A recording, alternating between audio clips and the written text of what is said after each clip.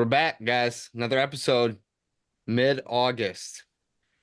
My computer is being funny, so I apologize. Just had something else pop up. We have the baritone voice. Some guy you guys have heard before. Um, Brian, how are you, my man? I'm doing fantastic, buddy. Thanks for having me back on. Good to hear you. Good to see you. Good to see you. You got a really nice hat on and a cool new t-shirt on. How you been? Let's talk about what you've been up to and give the listeners a little bit of an introduction to some of the new stuff you got going on.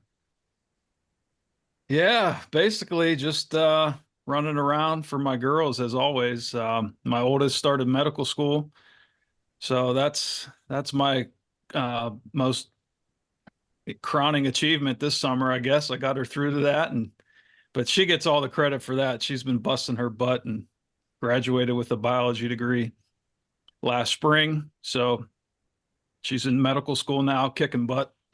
Very proud of her. Very proud of my youngest too. She's going in her second year at Point Park University in Pittsburgh. So Wow. got them both their own apartments now, so I don't have to move them in and out every semester. And so looking forward to not having to do that at Christmas time. So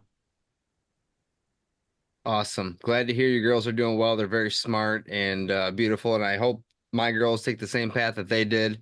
And I'm sure you're a proud dad. So yeah, you're raising them the right way. We certainly tried to raise them the right way. So I'm sure yours will be on the same path and do well at whatever they're pursuing, like their father who's always successful in everything he does too. So I appreciate that, my friend. Good to have you back. Tell us about that shirt you have on. Most people, if you're not watching the video, probably can't see this, but it has a M and it has a silhouette of a mallard and it says migration waterfowl. I know what that yeah, means because obviously I know you, but tell everybody else. yeah, it's long story short. Some people know, some don't. Waterfowl's my second passion, probably right up there with deer hunting. Uh, Probably not hard to figure out. I'm a better waterfowl hunter than a deer hunter. But no, had some doors open this past spring. Uh, Never really thought I would be hosting a waterfowl podcast, but some things came together, and it sounded like a fun project to kind of mix things up. And started recording some episodes back in April, launched in May, and man, it's taken off. We're rolling in the waterfowl season coming up here, and if any of our listeners like to hear about ducks or goose or any other type of waterfowl habitat hunting, Migration Waterfowl Podcast, you can find it anywhere you can get a podcast. Awesome, man. Very proud of you. I know you as well work hard at everything you do, so glad to see you taking the reins and starting a new project in kind of a niche world, right? There's so many deer hunting podcasts out there and habitat podcast type. Habitat's pretty niche, I guess, compared to like bow hunting or deer hunting, but waterfowl, I mean, are there a bunch of waterfowl podcasts out there or not? I waterfowl hunt a couple times a year. I don't know a ton about the podcast side of it, but I know there's a lot of guys that do it. Yeah, I'd say there's probably maybe a half dozen serious ones that Wow. have been consistent, like really good ones. There's probably another 10 other ones that, they may put out a couple episodes during waterfowl season. Some of them you look up, they haven't posted an episode in a couple of years, but Sure. yeah, there's at least a half a dozen pretty regular ones and some pretty good folks. Just like we always talk about the people that we've met through this podcast. That's the best part of it. It's the same way over there, just salt of the earth people. Awesome. Awesome. Well, as you know, and now know even more, the hardest part about a podcast is being consistent, right? Oh, We're this will be like the oh, third night I'm up this week past, 10 o'clock at least. well, I learned a lot from you, and Yeah.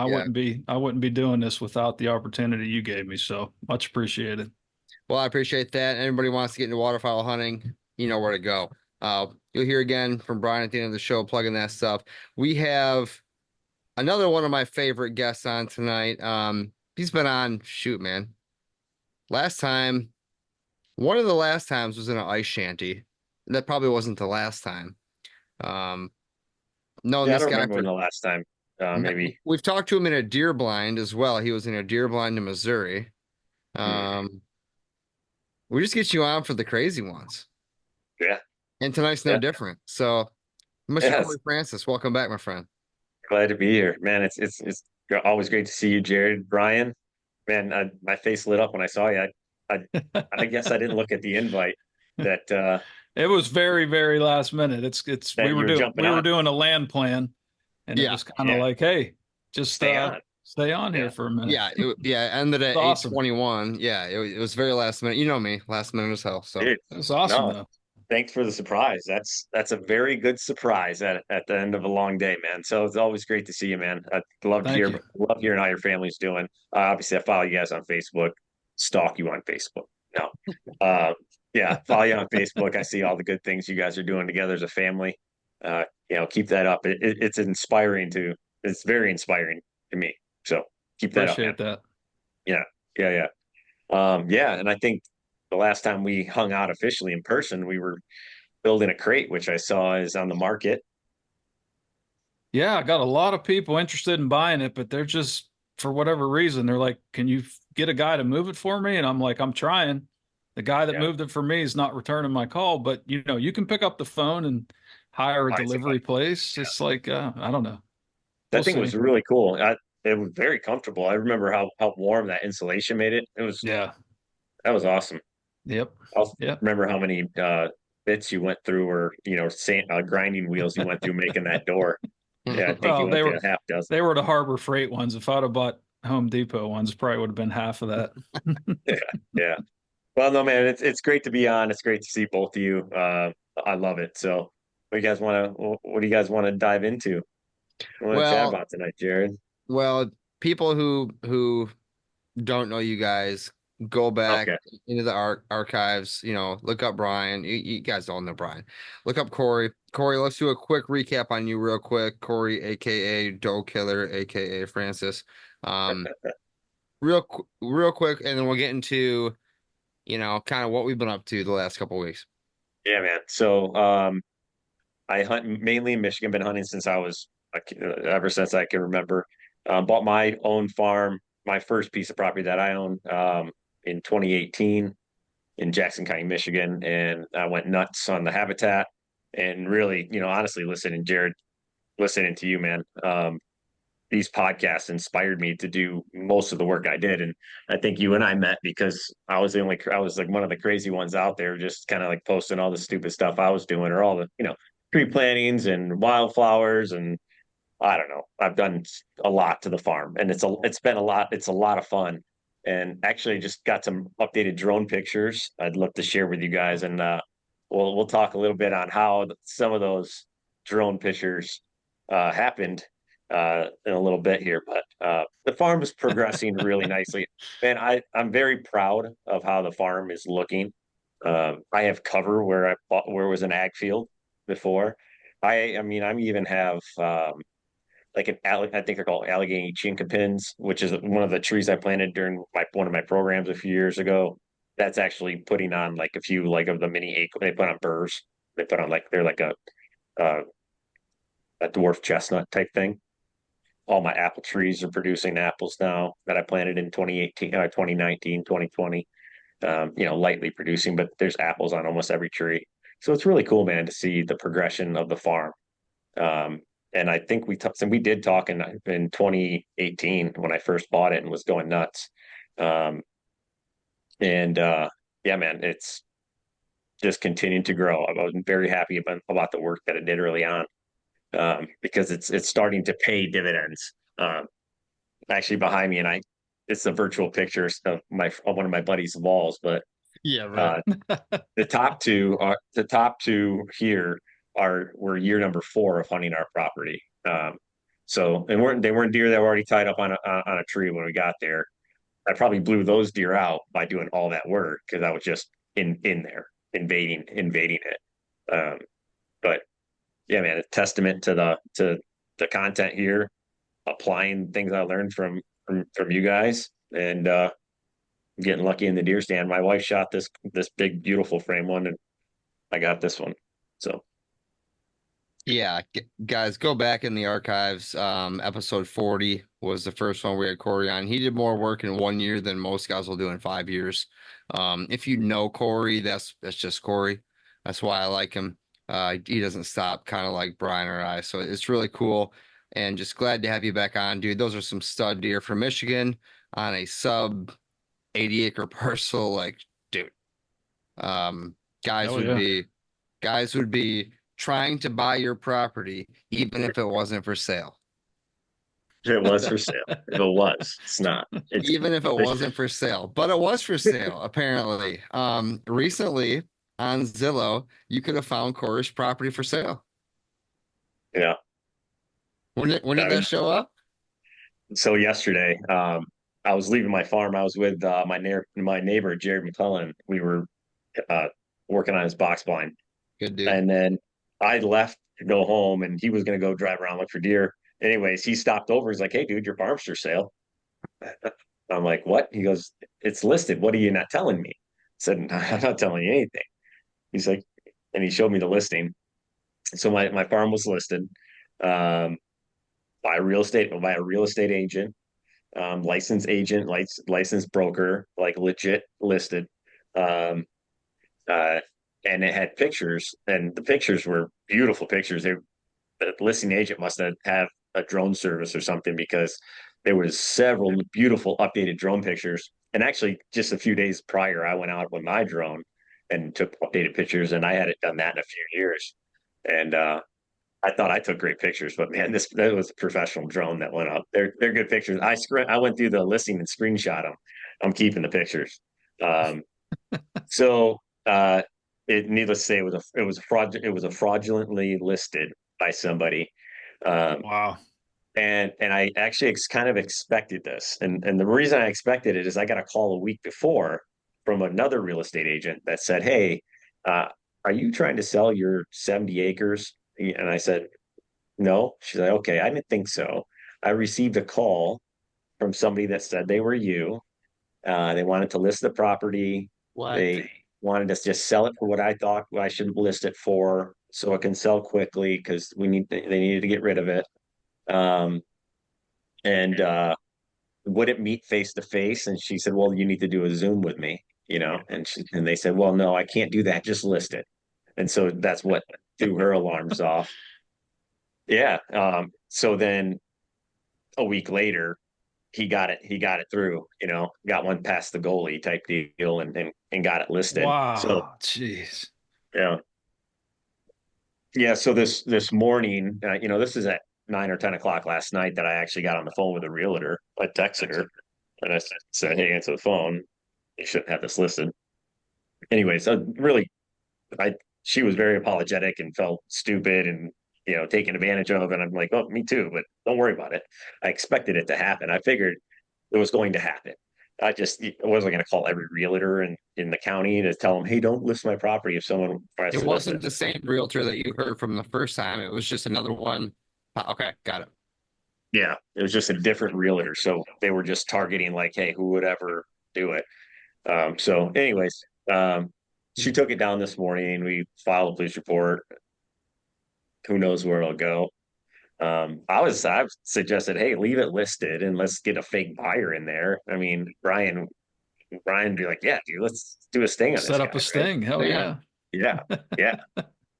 Well, what's interesting is when I did talk to the first realtor, I said, "Well," and again, this is like, there's nothing you can do to control it, right? It's going to happen. Someone has your information. They found your listing. They're bound and determined to list it. So I figured it's going to happen.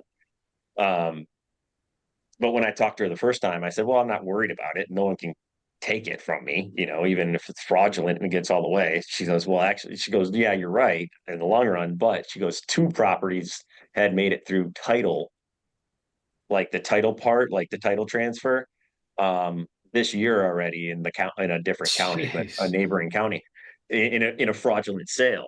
So they've made it that far until, like, someone found out like, hey, your property's for sale, or I'm closing on your property, that type thing. Like, no, you're not.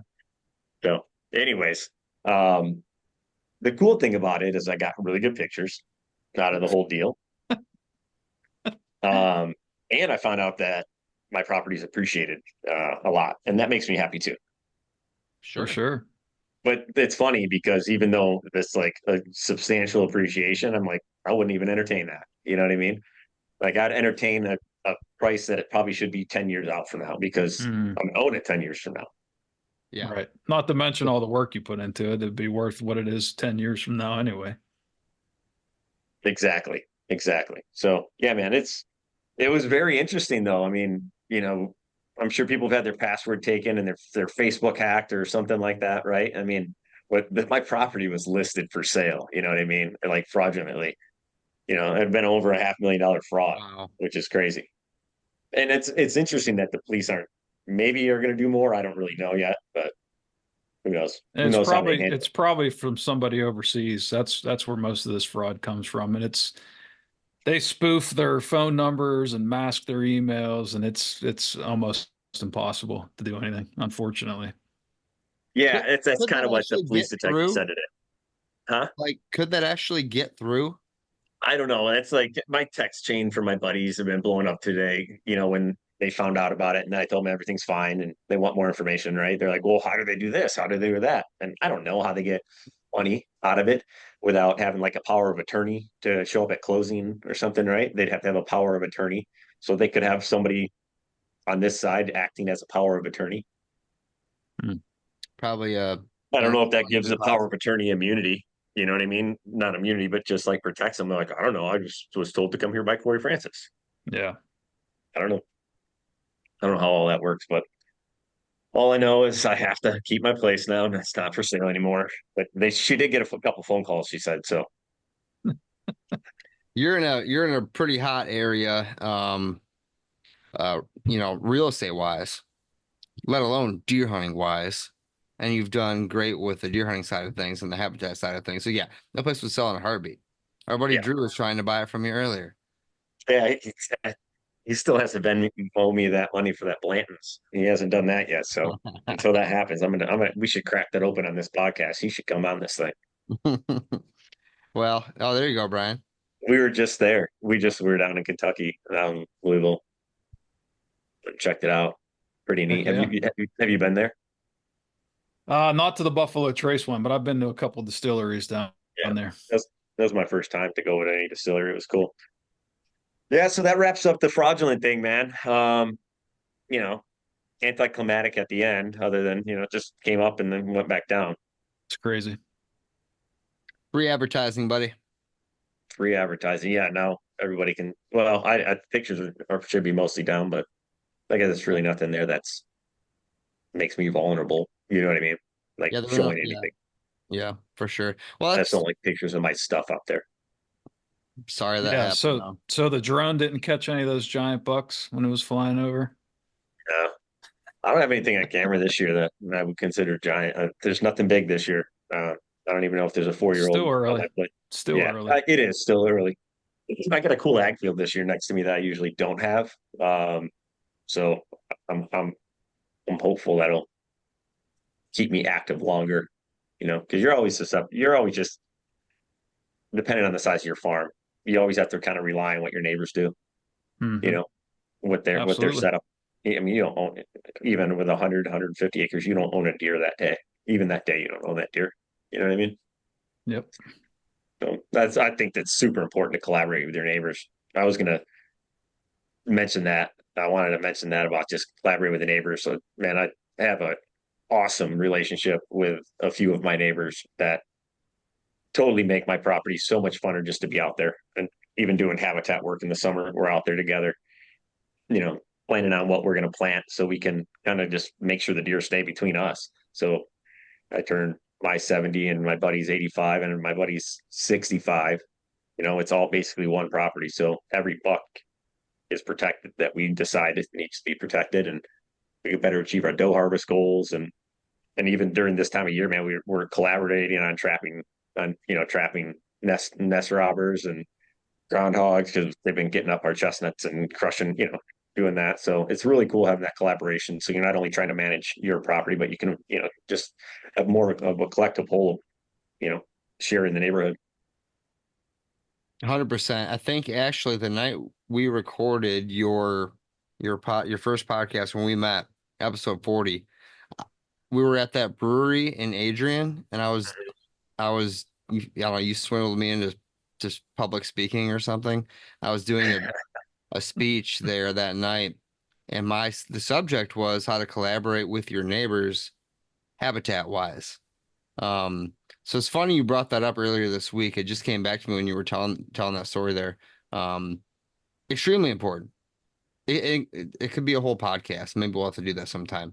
But rather have a neighbor who's a friend than a foe. They're not going anywhere, and neither are you. So if it's a crappy situation, you might as well try to fix that. They're seeing your same deer for the most part, no matter what you want to talk about, lie about, or tell them about. So I'm trying to deal with that with the HP 40. I know I got a guy who shoots younger, nice deer, and I think he baits as well. So I'm trying to lead him to a better example. Haven't done it yet, but I'm strategizing how I'm going to do that because, like, to your point, he's going to be there no matter what. So I got to figure out how to do that, and maybe if anybody has any advice, hit us up on Facebook or something. But to your point, there's so much stuff you can do. You can build ponds together. You can CRP. You can invest in timber. You can co-op, grow big deer, which is what you guys do. Yeah. We did a I know timber your harvest neighbors. together. We Yeah, used each everything. other for a timber harvest, drove our values up because of it. Yep. Yeah, no, you're right, man. And I can tell you what not to do because I did what not to do. I made a phone call on the one that's baiting and over harvesting and it doesn't feel good. Although I wasn't in the wrong, I still feel bad that I damaged the relationship when I could have just said knocked on a door. So you don't know what that conversation is going to look like, right? And so maybe you fear the rejection or fear the conflict, or accusing somebody of doing something, even though they did it, but it's better than like one of my neighbors, we're not friends. And I would love to buy part of his property if it ever came up for sale. And he won't Hmm. sell to me. He's got a grudge, which whatever.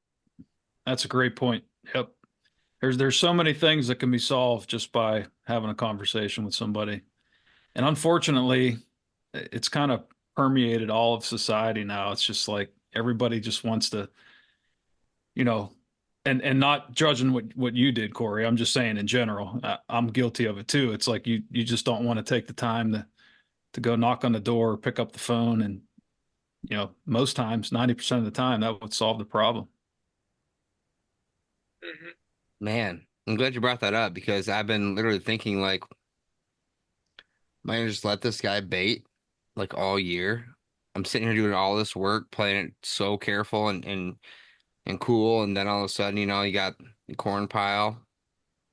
That wins a lot of the times. I mean, It does, and or the especially on bucks the hold younger up on deer. your property, right? Like on Michigan bait pile, how often are decent deer, mature or smart deer going to them? I don't know. I always think that they don't come to corn, Not in unless Michigan you're as much, Ohio, Brian, we've seen it, Corey, you've seen it, like midday, well, man. Yeah. Ohio, but in other states, but Michigan, the deer that us here are after won't. But I'm just glad you brought that up because I don't know. I have more to think about now and a door to go knock on. So that's a good point. Worst Really, they I could tell say you, is no and get out of here, and then you have your answer. Then you go yeah, yeah. from there. Then you have yeah, You your tried. thing. You Right. tried. yeah, yeah. Right. And then if you have a good relationship, man, then think how much fun it can be. It sucks to have a sucky neighbor. Like it doesn't feel good. You don't feel good about hunting. I've talked to friends that pull in to their place like, oh, my neighbor's out. I know he's gonna come walking through right on the property Hmm. line at 9 a.m. Get in his truck, smoke a cigarette, that kind of stuff, and you just hated it because of this neighbor. Um, and that's not a good feeling. Yeah, you're right. That's actually the worst. That would make me, yeah, that would be a pit in my stomach for sure. Yeah. Yeah.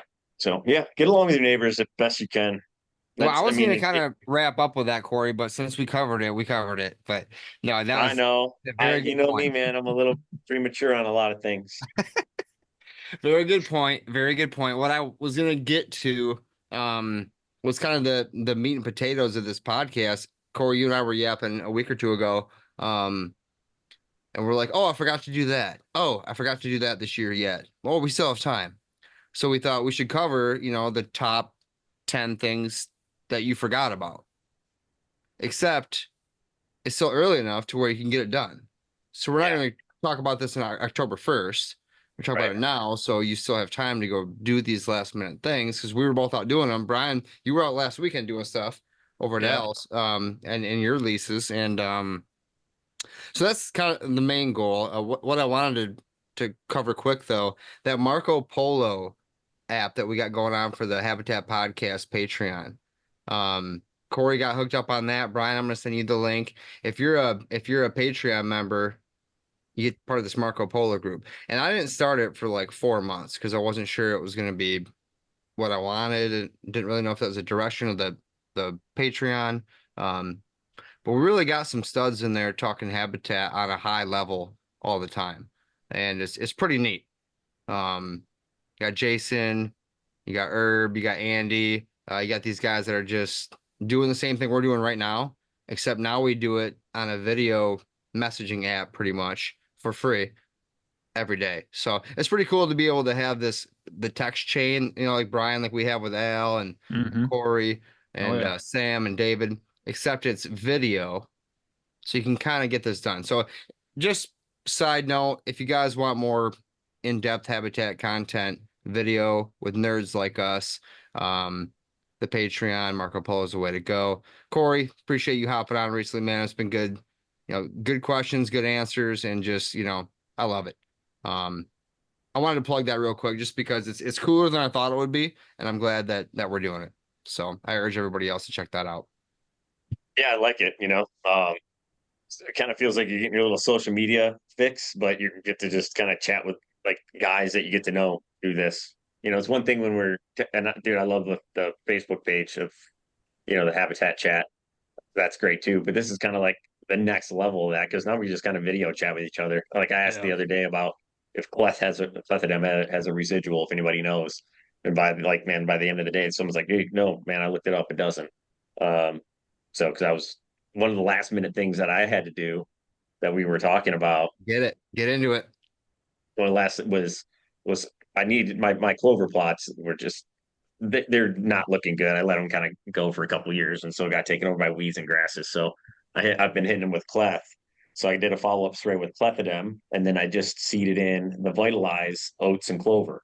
So I actually drilled that in because I just like drilling oats, and I have a drill. Um, so hopeful that some of that clover is going to start germinating, and I have some oats now on top. So it's a very scattered. It's like a sparse clover alfalfa right now. Um, so it should thicken that up for the spring. And those oats are going to, handle a little bit of browse pressure and a little bit of attraction in these little micro plots. They're basically just plots within my orchards. But that was one thing I almost forgot to do, man. I always forget to I like seeding lightly or seeding clover in the fall, even if I'm going to hit it again in the spring. With a frost seed, I like to get something, started and established, give it a chance. Yeah, So that's one of the things I just did. That blend's cool, by the way. yeah. Why? I like Well, oats. I mean, I love so I oats. like how I like how it's packaged. I like how it's packaged because the oats and the clover were like in that big bag, but they were packaged separately. It's like, when you buy like a frozen meal and your sauce comes separately in the pack. You know what I mean? We eat a lot of frozen dinners, man. We're busy guys. Sure. Um, no, but so it's like the clovers, like that, like sauce pack that's within like your stir fry vegetables. That's the analogy I'm using today.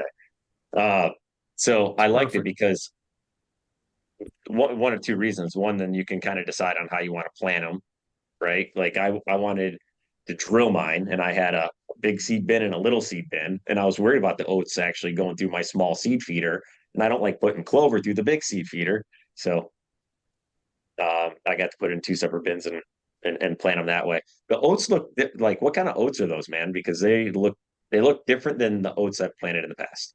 Yeah, they're a nice black colored oat. My buddy, I called him today. He was asking questions about it. I told him we dipped all the oats in molasses, and that's how Mm, we're getting around the baiting ban here in Michigan. nice. Yeah. We're, All right. he's like these oats look crazy. I'm like, Yeah. yeah, they're coated in molasses. So now we can get around the baiting ban. We're still attracting deer, but it's in a seed form. No, they're actually a pretty cold, hardy oat, um, more so than the others. And it's just the way it's packaged again, like you mentioned, is interesting because if you don't want to seed all your clover this fall, clover again is great to frost seed, so you can save half and hit it in the spring. And the oats act as that nurse crop, but you can do up to 3 acres with one bag. So if you wanted to do the rest in the spring, that's kind of the idea there. It's kind of vague when you read the description, up to an acre and a half for the small bag, up to 3 acres, but depends on how heavy you want to seed. So it's pretty I need cool. like eight Clover, pounds. chicory, You and need about oats. 8 pounds for clover, right? 8 pounds of clover, 1 pound of chicory, and the rest are oats. So that would be 9, 49, 37, 36. So 36 pounds of oats in the big bag. E-commerce is going to be 2 small bags, but Yeah, I think I bought two. I think I had 2 small bags. yep. So 22.5 pounds. Yeah. So we're trying to give the best value of the clover. Like Yeah, clover alone costs that much. So yeah. we're giving, the chicory and then the nurse crop. Um, just again, following our ethos, just being transparent, doing it how we would do it. And I like how you're drilling the oats now and some of the clover, and then again in the spring, hit it again, Frosty. frost seed.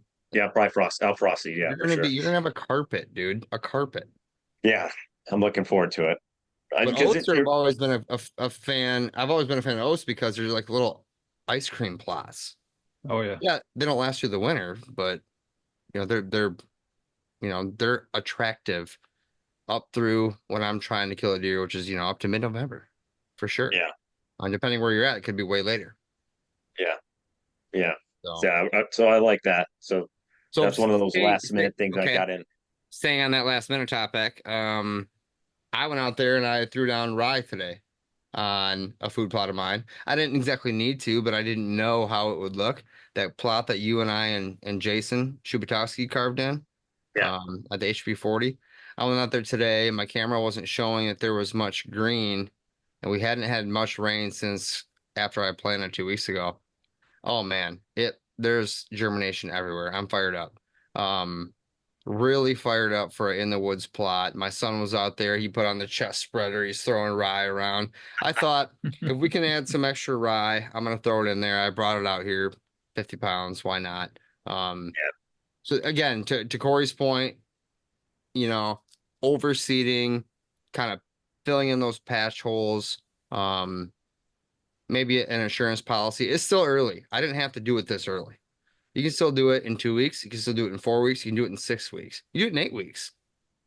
Or you Uh, can you can keep it staggering to have oats growing yeah, at different stages for different yeah, levels of attractiveness, man. yeah. Yeah. I That's a mean good oats point. or rye, yeah. So hit it again in mid-September. Brian, you've done that, right? Have you used anything besides grains for this sort of situation? Or is it more of a grain thing? Yeah, I mean, you want quick growing stuff for this time of year. Like you said, you still have got enough time for, even if you wanted to get some brassicas and stuff in there, you still got enough time for that. But the Exactly. later it gets, you want to stick with the quicker growing grains for sure. Yeah. Purple top turnips right now could be good, this month yet.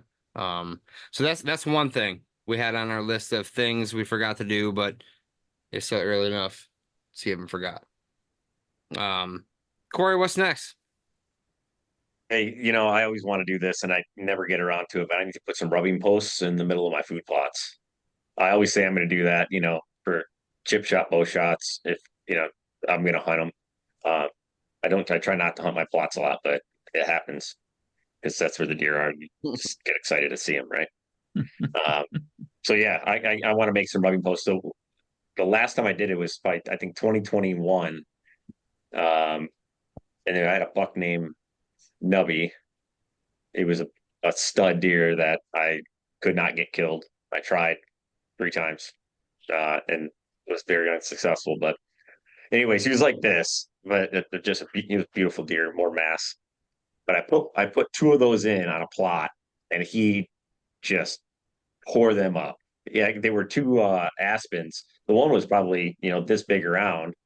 Um, he shredded it up and it ended up ripping that tree out of the ground. Um, and then another one he just made scrape under. So it was pretty cool, man. So those can just be awesome things to add to a food plot. What's the process? Walk us through your exact process. Brian, I know you've done this too. I've not actually done this. So some guys take a cedar, just something deer enjoy rubbing. I mean, take a maple, just something, some kind of a, just a low value tree out of your woods, cut it down. I try to have branches overhanging before I put it in the ground, maybe 7 feet up. So I'm going to put it, 2 feet in the ground and have that branch, that licking branch at like, 4 or 5 feet. You know what I mean?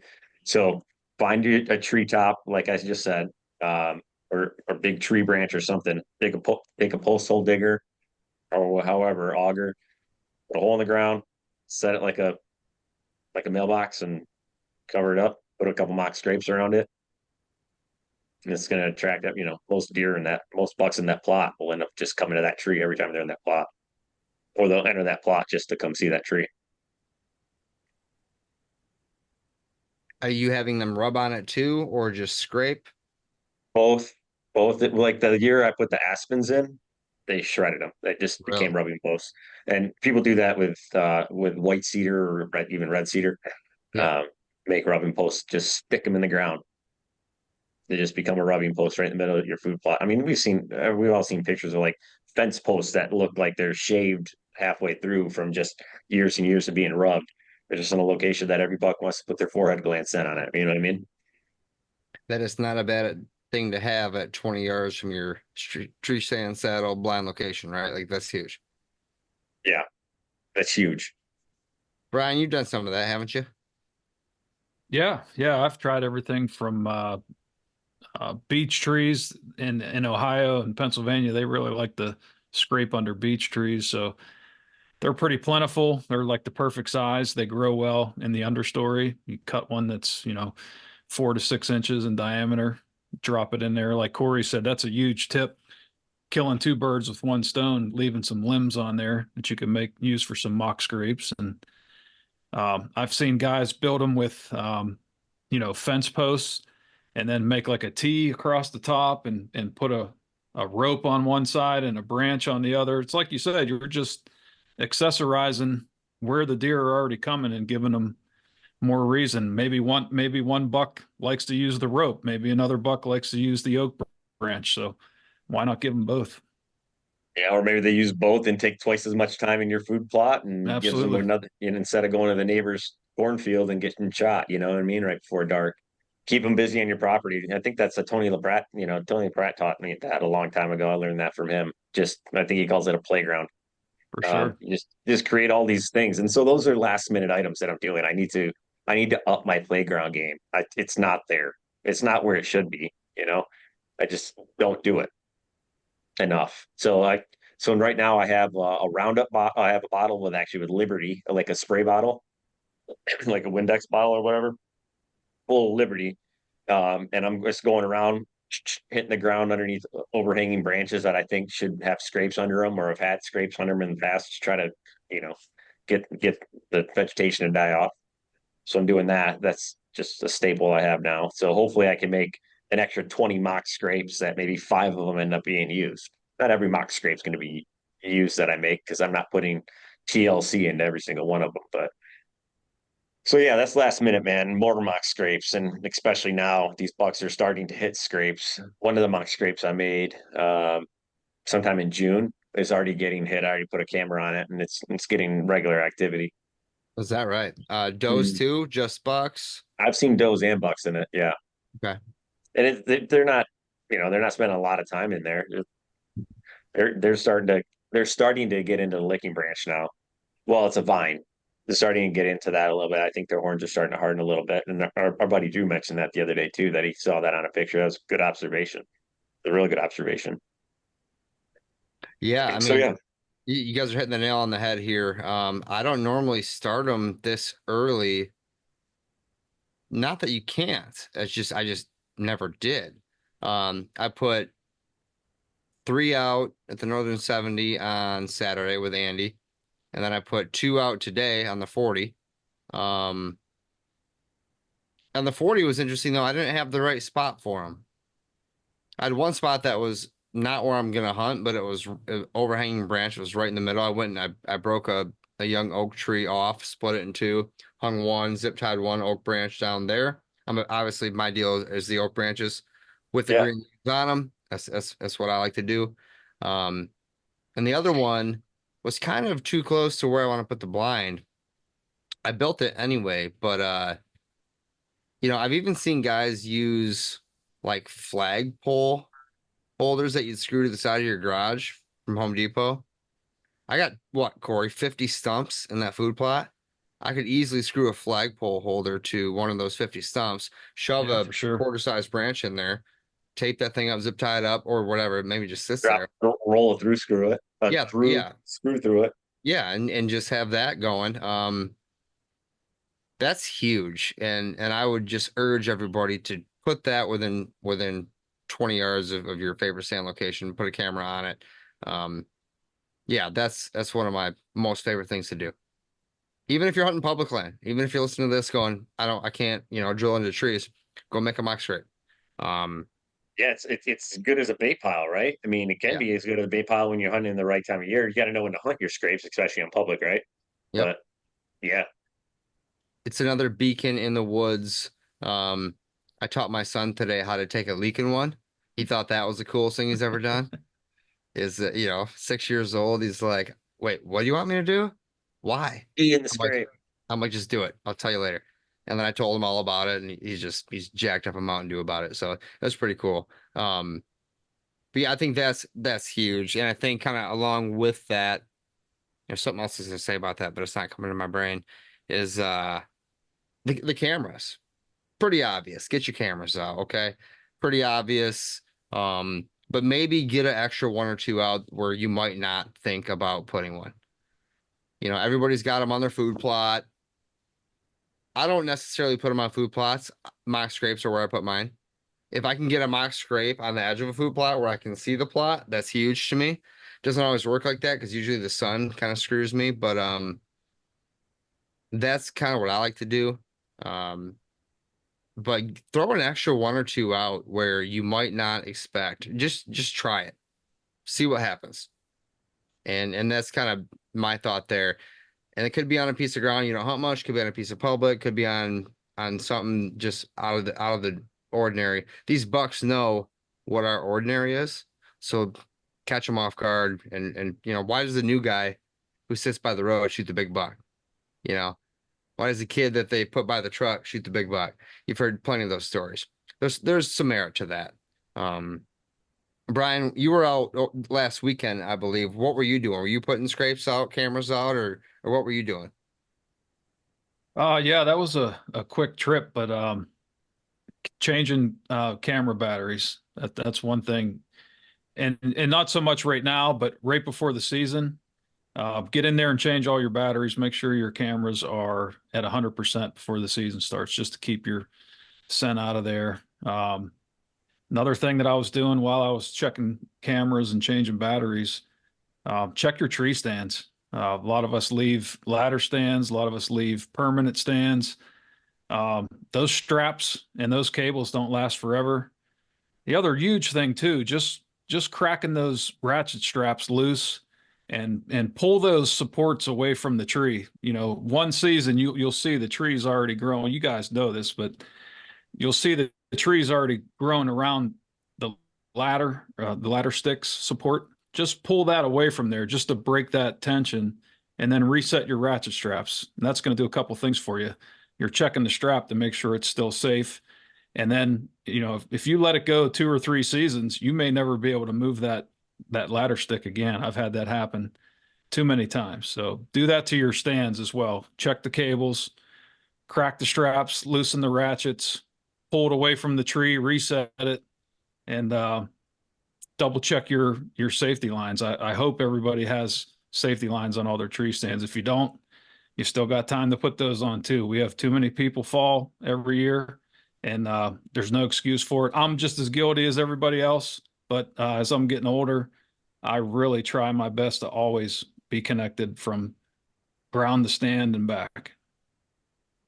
I fell going up sticks once. It was about 12 feet, and I got lucky. I didn't get hurt, but I could have got hurt. I kneed myself right in the face. I mean, my nose bled like I got punched by Mike Tyson, but I didn't get injured from it. Yeah, But yeah, could have that's been crazy. worse. Yeah, and great point on that, man. I put up some of my stands that have been in my. I've only owned my farm for 6 years, and I know I have stands that I'm never going to get out of trees. And I was telling this to Jared the other day, and also my dad's going to try hunting my place a little bit this year. He hasn't really Cool. kind of done that on his own. He's always had other places, but I told him he can hunt my place, but I only have either box blinds, which that are safe, and none of my stands I'd even go in right now. So uh, that's exactly what I need to do on like 3 or 4 stands that he's going to hunt is replace those straps, make sure the stands are safe. I might even get chains for where the cables are Mm-hmm. because those can easily break. Those that's thinner steel. That's pretty thin steel a lot of times, right? Steel For cable. sure. So that rusts being out in the woods. And then I'm going to put, the rope system in for them. Mm-hmm. And just a few stands, not the good ones, of course. Well, when you said that the other day, that's what made me think about that, and I didn't write it down. So Brian, great work. Brian's got a video on the HP YouTube about making your own lifelines. It's one of our more popular videos over the years. Um, I'm guilty as well. It's not glamorous stuff. It's not big and sexy going out there to pop your ratchets off and put new ones on or to hang a lifeline. You want to be making scrapes, and planting food plots. But shoot, man, I fell 18 feet when I was in college. I used to use tree branches to climb as well as climbing sticks. Well, actually, they were the screw-ins. I'm lucky I wasn't gutted head to toe.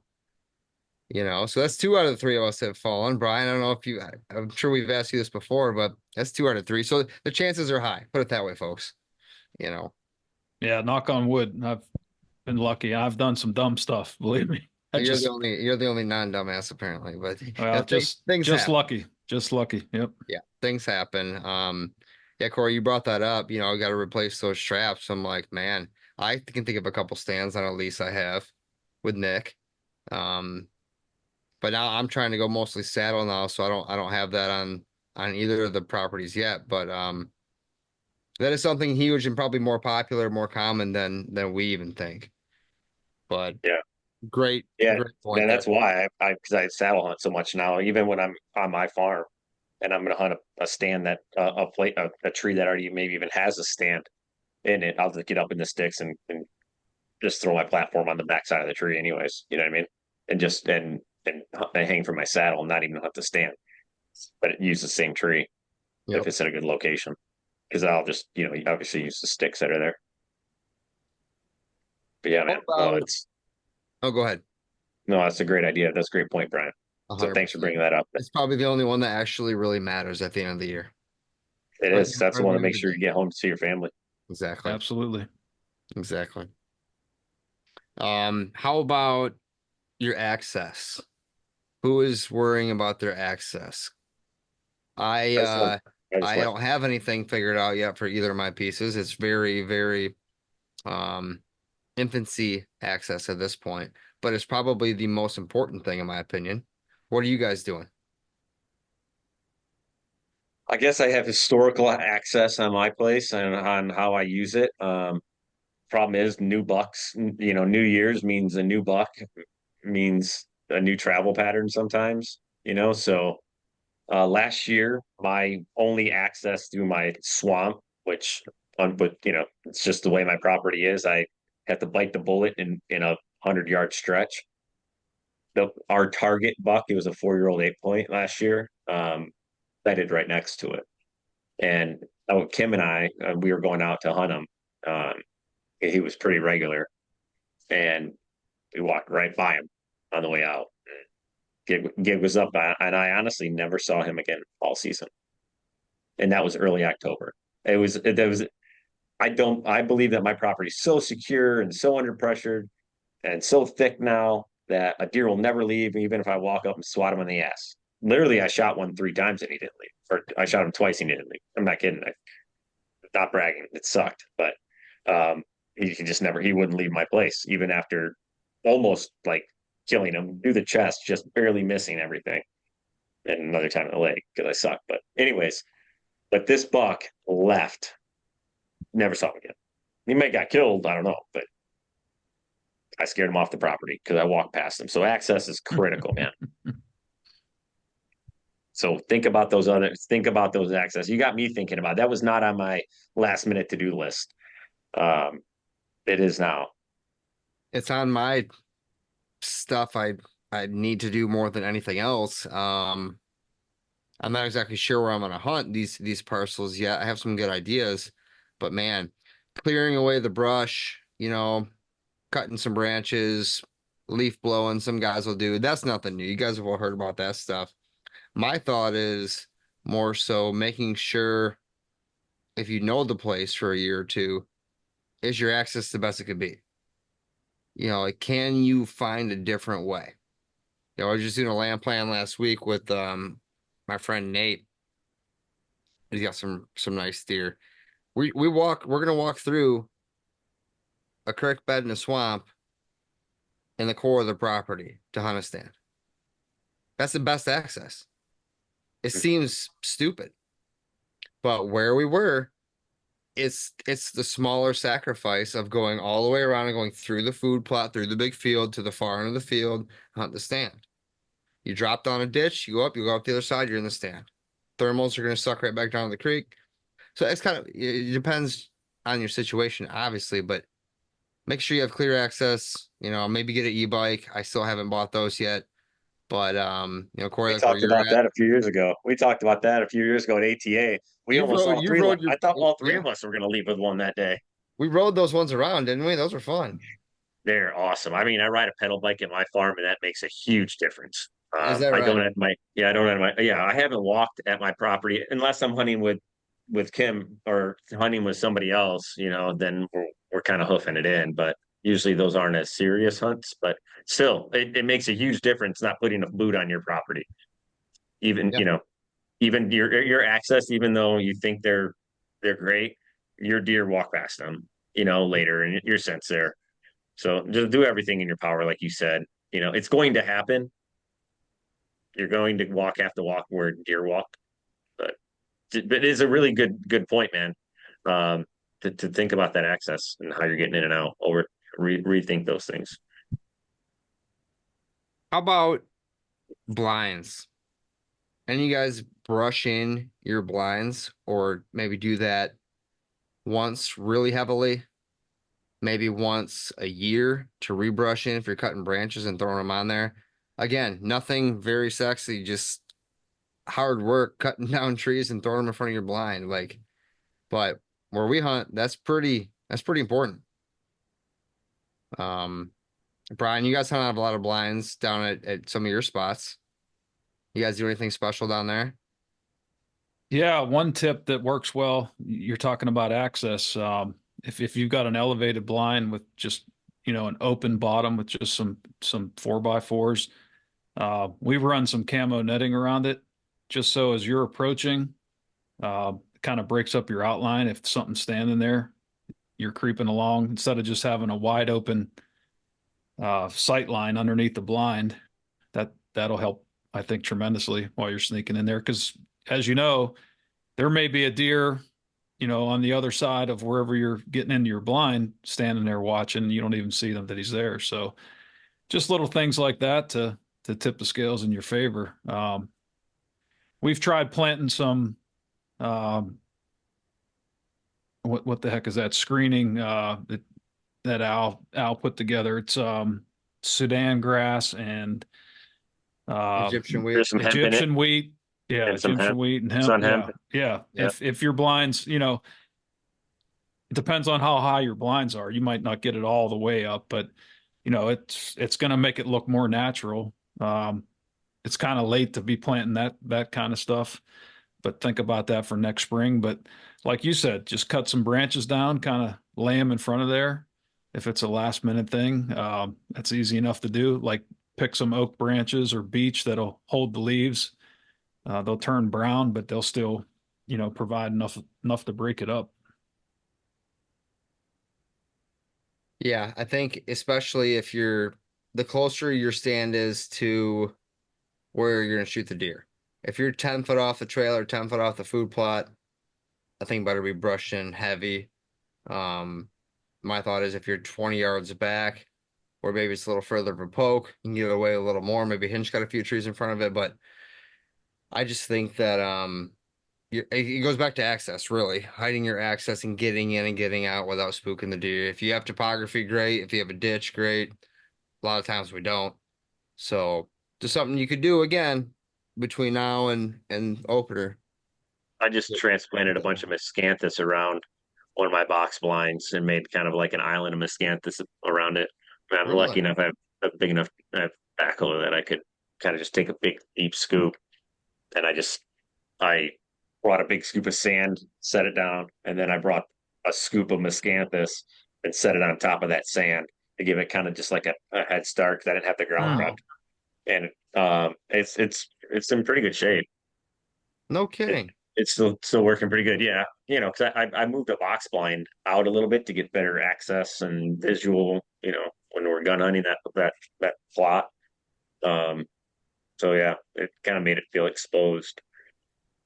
So yeah, put miscanthus around it, and so hopefully that doubles next year, right? Because it was mature miscanthus growing in a screen. It's overgrowing now. I have too much of it on my property. You know what I mean? Like that stuff is. I mean, it's not going where it shouldn't really. It's doing what it's supposed to. It's super thick, so I can start thinning it out in areas that I don't necessarily need it, and using it for blind screens and stuff. And I can do it Transplant. right now and establish a screen tomorrow. You know what I mean? Wow. How old is that miscanthus, you think? It was 5 years old. It was a 5 year old stand. Yeah, 4 or 5 year old stand. Would you need a backhoe? Could you do it with other equipment?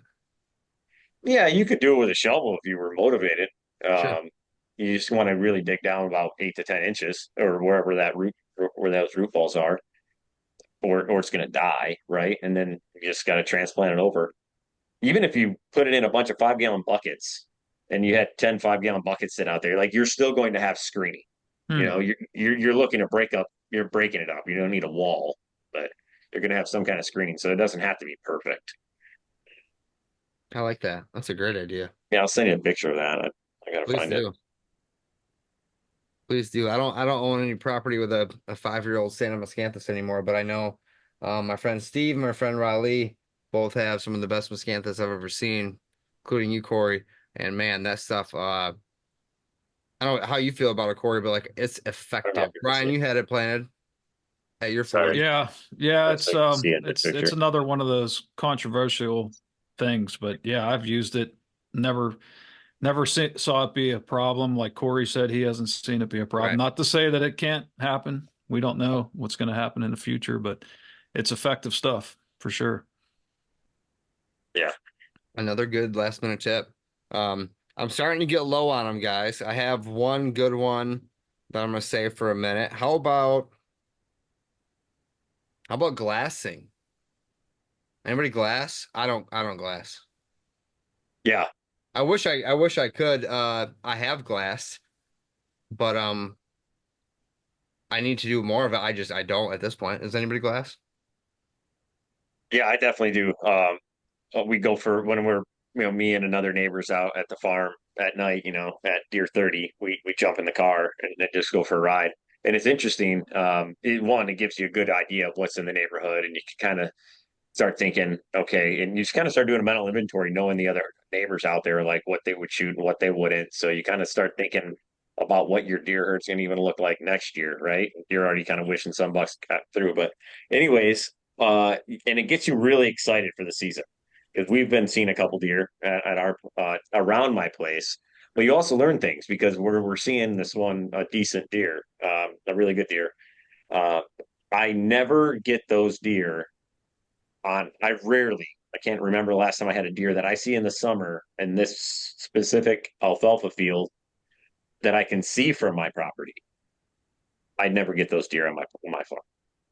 But there's a field to my west about 1,000 yards that those are the bucks I see. And there was a solid deer in there too. But so yeah, you learn a lot. You learn where these deer summer and maybe just, I don't know where they disperse. I know where some of them do because of the co-op. But yeah, glassing's a great thing, dude. Great thing. Yeah, to piggyback off of that, like you said about learning, especially if you get to observe some bucks together, some older bucks, some younger bucks, you'll get to see how those mature bucks are using the landscape differently. And it's kind of something you could store in the back of your mind. So if you're in a situation where you see like the same landscape in another setup, you can say, okay, well, those mature bucks were kind of doing this on this landscape. So like you said, just learning and trying to put that back in the back of your mind to remember. I like that, like a plug and play almost, like a copy and paste. If you're seeing something go down, and that could be anything. That could be deer scouting a certain type of topography. It could be habitat manipulations you see that work or don't work. That's interesting. Um, You can also see the dominance. You can also start seeing how they're gonna respond to each other with dominance. Um, I've always heard that dominance is set like this time of year. oh, really? Correct me if I'm wrong, Brian. Yeah, you've probably forgotten more than I know about deer, but um, during the rut when two bucks are fighting, I've always understood that those bucks really didn't know who each other were. They're not like because they were buddies, right? They Yeah. were like, "Hey, dude, I don't know that you're tougher than me, and I think I'm tougher than you right now," type Yep. deal. Yeah, But that's yeah, pretty dominance. accurate. Yeah, but dominance is set right now, so it's really cool to see because when you have the opportunity to have a field that has several deer in it that are probably from several properties that they'll fall range into, you'll see maybe not always the biggest buck is the one that gets bristled up. Like right now, you see deer kind of sidestepping each other, walking around each other, or paying attention to a certain deer in the field. So you get to see how that whole dominance and hierarchy works this time of year too. You can see it with the does. It's just harder to identify does, but there's a certain doe in that field that when you stop your car and you glass them, once that every doe can leave, but every doe will leave when that one doe leaves. A couple will start trotting off, but when that one matriarch doe, decides that this isn't cool anymore, everybody's gone, including the bucks. You know, so it's cool to get to see those types of things this time of year when you're not in a hunting situation, when you're not glassing a deer in someone's field that they're trying to hunt and ruin some poor guy's hunt on the side of the road. Because we're all, you know, we've all pulled over and looked at deer that weren't in our fields. But I don't know. I don't know if that's the right thing or wrong thing to do. Do you have like spotting scope, binos? You going out the last hour before dark? I'm curious because I'm gonna try it. Yeah. Last hour. And I always hit the fields a couple different times too. Like if I go through past them and there aren't deer out yet, or there's the young bucks are out, or just the does are out, then I'm making sure I get back to that field later, just because usually the more mature bucks, depending on the area, obviously, or the last ones that enter the field too. Nice. I So like you Yeah, it. get to see that. You get to see that. To your point, Ryan. Sorry, go ahead. no, if you've got places you can access by the road, if you got access to a spotting scope, they make a real nice clamp that goes on your window. It's real convenient for just pulling up and taking a peek. Hey, there's some binos that I used from Drew. What's the brand of those again? They have stabilization technology in them, dude. They were insane. That's I'm gonna look them interesting. up. Yeah. So, have you ever glassed a deer when somebody was shooting it with a gun, and you jump and you miss maybe the bullet hit? I was with one hand. We were doing some farm management this summer, farm tags with deer management tags, and I watched him shoot deer. I was watching with the binos, and I know I flinch. I always flinch, and I didn't flinch in this, and I got to watch impact and Hmm. everything. It was cool. It's just how clear it is. Really? Also, they, we were on does only, and I could see so clearly that a deer at 200 yards had like 2-inch spikes. with his binos. And with my binos, you're kind of got the little shake, little fuzz. It like created like an HD image, and it was just super still. Wow. Uh, they're the coolest things I've ever used. They're under $1,000 at Cabela's. I have to find them now. Yeah, find them if you can while we're still on the phone here. What I know you can also do when your friend is shooting at a doe at 150 yards, if you use your iPhone and record them, you can see them miss very easily. That's some good footage. Hey, it's I think I've missed once or twice before, just no one filmed it. Yeah, Quick they're Sig Sauer binos. 6 hour. Yeah, okay. Yeah, Sig Sauer image stabilization. Google that, spend the money. They're on sale for $7.99 at Cabela's right now. 12 Hmm. by 42s. Dude, binos are like my favorite piece of gear I have. Like it's number one or two. Besides, maybe the weapon might take over that, but I have to have glass. Yeah, also they have like target mode on them too, so it's even more stable. And we were sighting a gun in at 100 yards. And it's always hard with even a 350 to see that little hole in the cardboard box you're shooting at from that far. Those binos, no problem. Because I use regular binos. You're always we all have tremor, So you even if know. you're Yeah. just Yep. glassing, not just shooting guns, even if you're just glassing, they're advantageous. Oh, glassing for sure. They Okay. they make everything so stable far out. I mean, you can tell the Wow. difference between, yeah, you can see the littlest points on a deer from far away because it's so still. It's not even the magnification, it's just the clarity of it. Wow. Hmm. Really cool. Okay. It's really cool. You got to pick them up, man. I'm not a good salesperson when it comes to this stuff that I really am get passionate about. I can sell shit I don't like all day long, but uh, yeah, the stuff I'm really passionate about, I'm just like, dude, just trust me, buy them, try them. It'll change your life. I'm gonna go buy a pair. All right. Yeah, I'll play with Drew's first and then probably go buy one. Sounds pretty awesome. Um, what else do you guys have? I got one or two left. Anything else that I'm missing?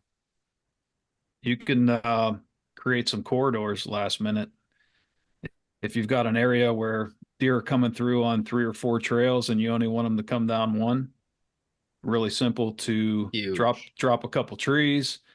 Our buddy Brad Thomas in Iowa, I got a chance to visit his farm this year. Good dude. Next level corridor creation with fencing. Um, just amazing what he does and what he has, the way he has it set up. And you just put those deer where you want them, and you can do that last minute too. Yeah. Yeah, I thought about dragging some treetops out to one of my food plots where I want to create a travel corridor. But I'm like, I don't know what to do other than I could put the miscanthus in. I love the corridor thing. I'm stealing it. I mean, I still have a blind to brush in. I thought about using the grapple and grabbing some trees and throw them in front of that thing. But hinge cutting could block out because there's this corridor they're coming through, which is how I get to the food plot. I was hoping they come through the other side, but they're coming right by where I'm going to hunt. So I need to block that off, to Brian's point. Drop the trees, push some tops in there, whatever it takes to get them to not go there is almost as important as it's the same thing as to where you want them to go, right? Absolutely. That's huge. I just don't know enough about where they are coming from yet. But for guys who do know where they're coming from or where you don't want them, that's huge. Great Hey, tip.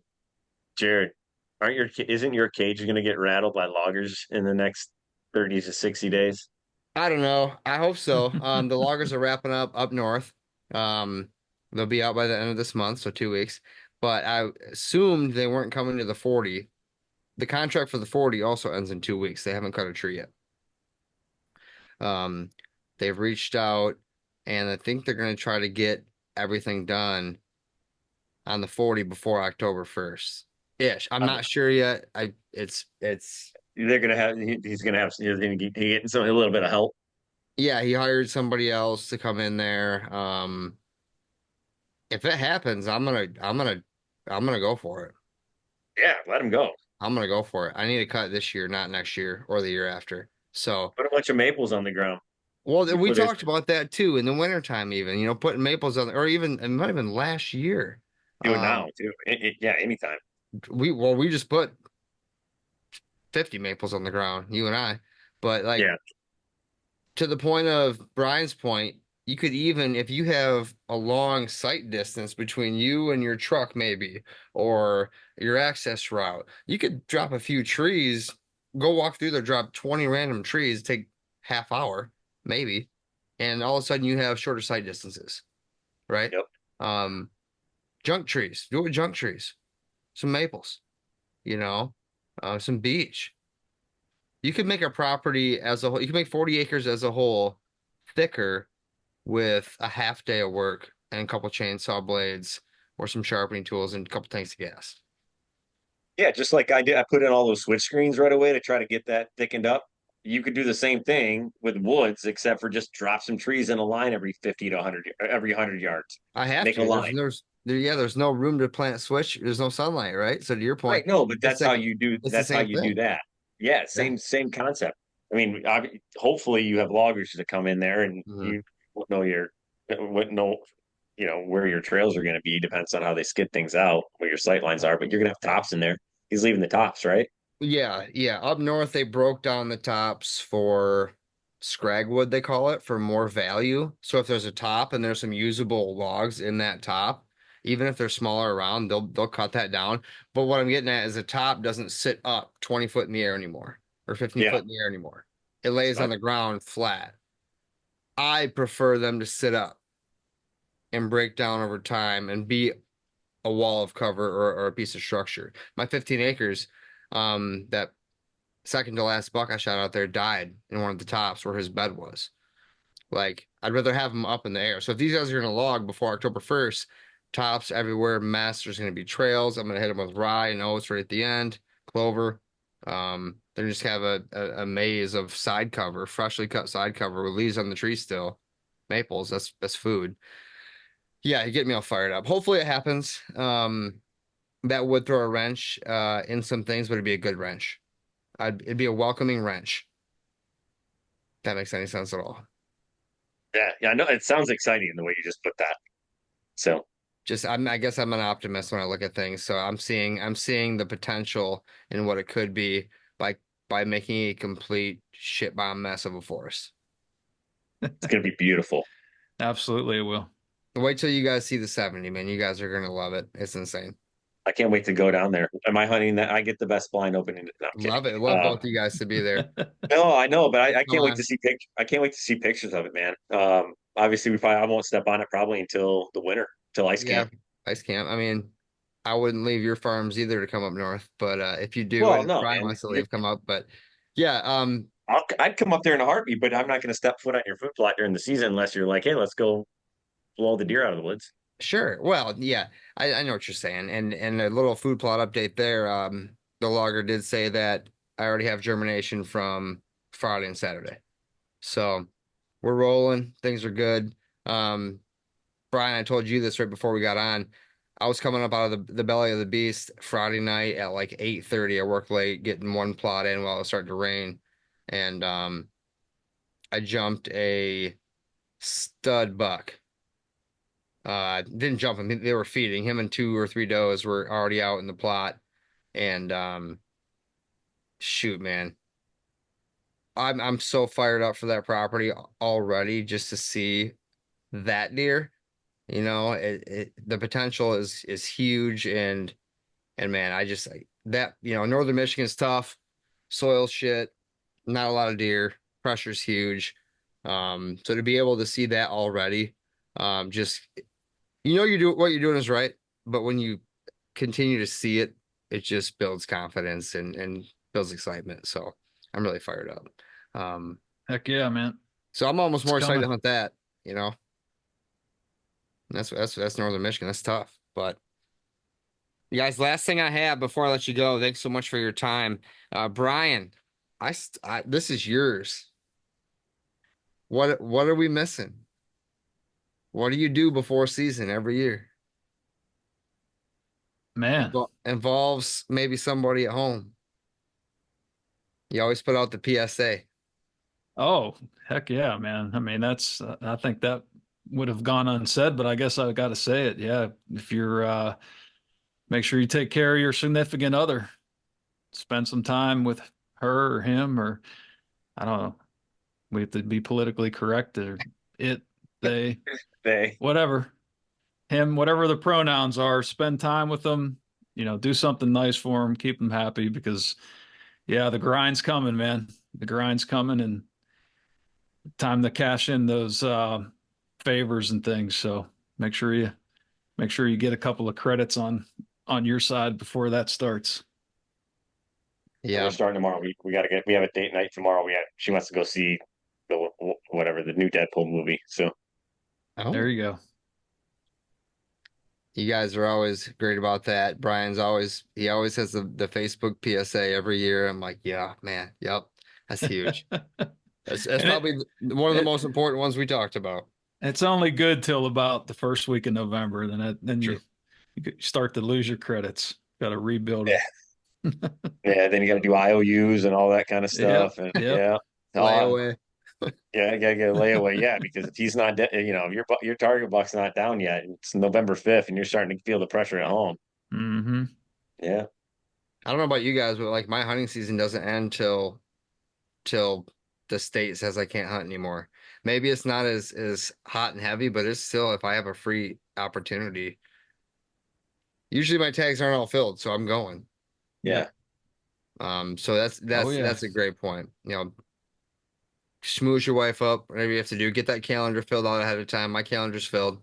So I don't know. Good luck with that. It's always a battle, but good luck with that. Well, guys, I really appreciate it. I think that was a extremely excellent and helpful discussion. Cory, thanks for hopping on. Brian, great to see you. Thanks for hopping Absolutely. on. Guys, plug whatever you would like to plug. Brian, let's hear more about your podcast for sure. And then Cory, where can we find you as well? Cory, you go first. Not too hard to find. You can find me on Facebook mainly. I love I can find me in Marco Polo. I'm on the Habitat Chat Marco Polo now. Heck, even during the middle of the day, we're answering questions while we're driving around working. So that's a really cool app. It's fun. Because I'm trying to eliminate a lot of the social media stuff on my phone. Obviously, I still have Facebook because I'm old, but I need to get in time and get it to the times with what Instagram and whatever. We I don't know. Brian and I try, but Facebook's still the go-to. We're old. You said it right. Yeah, yeah. So yeah, Awesome. Yeah, thanks for having me. It was good chatting with you, man.